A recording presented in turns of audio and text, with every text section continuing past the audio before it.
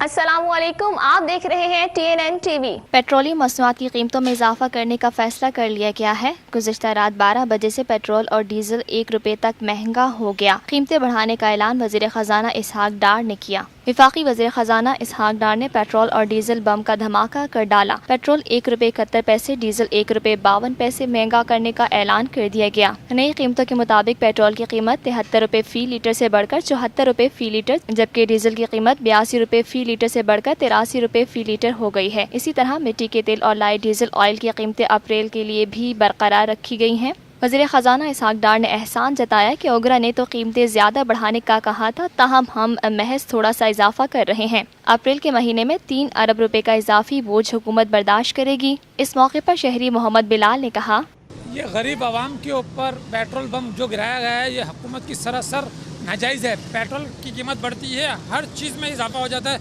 जो गरीब आवाम की पहुँच घर के किचन चलाना भी बहुत नामुमकिन हो गया है। रोज़ कमाने वाले, रोज़ खाने वाले के लिए हुकूमत को इस तरीके से नहीं करना चाहिए। जो गरीब आवाम, ये हुकूमत जो जा रही है, नवाज शरीफ की पॉलिसी, आने वाला आवाम के लिए मुखलिस होना चाहिए। एक और शहरी अब्दुल जब्बार ने कहा, इजाफा होना नहीं चाहिए। वैसे ही कुछ लोग परेशान है, बेरोजगार है बेचारे, तो जो ना महंगाई, अभी दूध पे पैसे बढ़ा दिए। ये देखो ना आप, ये काम सही हो रहा है?